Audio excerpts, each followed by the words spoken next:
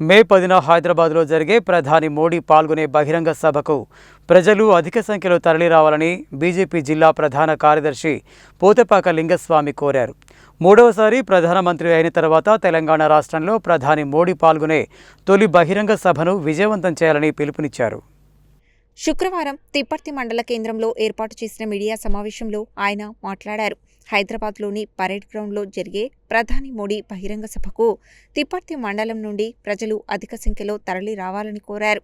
ఇటీవల జరిగిన 5 రాష్ట్రాల అసెంబ్లీ ఎన్నికల్లో ప్రధాని మోడీ నాయకత్వంలో బీజేపీ 3 రాష్ట్రాలలో అధికారంలోకి వచ్చిందని, రానున్న రోజుల్లో తెలంగాణ రాష్ట్రంలోనూ బీజేపీ అధికారంలోకి వస్తుందని అన్నారు. తెలంగాణ రాష్ట్రంలో బీజేపీ ప్రభుత్వం ఏర్పాటు కావడానికి బీజేపీ నాయకులు, కార్యకర్తలు కంకణబద్దులై పనిచేయాలని పిలుపునిచ్చారు. మీడియా సమావేశంలో తిప్పర్తి మండల బీజేపీ అధ్యక్షుడు వంగూరి రవి, జాతీయ నాయకుడు షేక్ బాబా, జిల్లా కౌన్సిల్ మెంబర్ పల్లె ప్రకాష్, మండల ప్రధాన కార్యదర్శులు నగరికంటి మహేష్, ధర్నపోయిన గంగాధర్, బీజేవైఎం మండల అధ్యక్షుడు శివశంకర్, ఆకునూరి సత్యనారాయణ, వెంకన్న, వంశీ తదితరులు ఉన్నారు.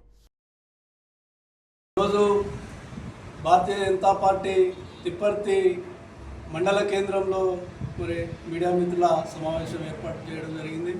మనందరికీ తెలుసు, రేపు మే 10వ తారీఖున ఈ భారత ప్రధాని నరేంద్ర మోదీ గారు మూడవసారి ప్రధానమంత్రి అయిన తర్వాత మొట్టమొదటిసారిగా మన తెలంగాణ పర్యటనకు విచ్చేస్తూ ఉన్నారు. దానికి సంబంధించి ఆ సందర్భంగా మరి మన యొక్క తిప్పర్తి మండలంలో ఉన్నటువంటి భారతీయ జనతా పార్టీ కార్యకర్తలు పెద్ద ఎత్తున రేపు జరగబోయేటువంటి హైదరాబాద్ పరేడ్ గ్రౌండ్లో జరగబోయే కార్యక్రమాన్ని విజయవంతం చేయాలని చెప్పి మరి ఈరోజు అన్ని మండలాలలో తిరిగి పర్యటన చేస్తూ ఉన్నాం. దానిలో భాగంగానే ఇలా తిప్పర్తి మండల కేంద్రంలో వివిధ గ్రామాల నుంచి పెద్ద ఎత్తున యువకులు, మహిళలు పెద్ద ఎత్తున తరలి రావాలని చెప్పి కోరుతా ఉన్నాం. చేయాలని చెప్పేసి మహిళా బిల్లుకు కాంగ్రెస్ ఎట్లయితే వ్యతిరేకించిందో ఆ విషయాన్ని కూడా రేపు బహిరంగ సభల్లో ప్రధానమంత్రి గారు చెప్పడం జరుగుతుంది.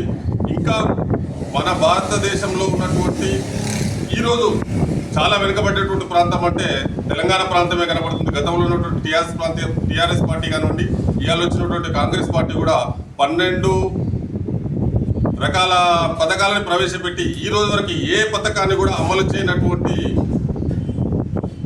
కాంగ్రెస్ ప్రభుత్వాన్ని గద్దె దింపి బీజేపీ ప్రభుత్వం ఏర్పాటు చేసే దిశగా ప్రయాణించాలని చెప్పేసి కోరుకుంటున్నాం. మేము కూడా దానికి ప్రజలు రేపు ఈ బహిరంగ సభకు విచ్చేసి విజయవంతం చేయాలని కోరుకుంటున్నాం.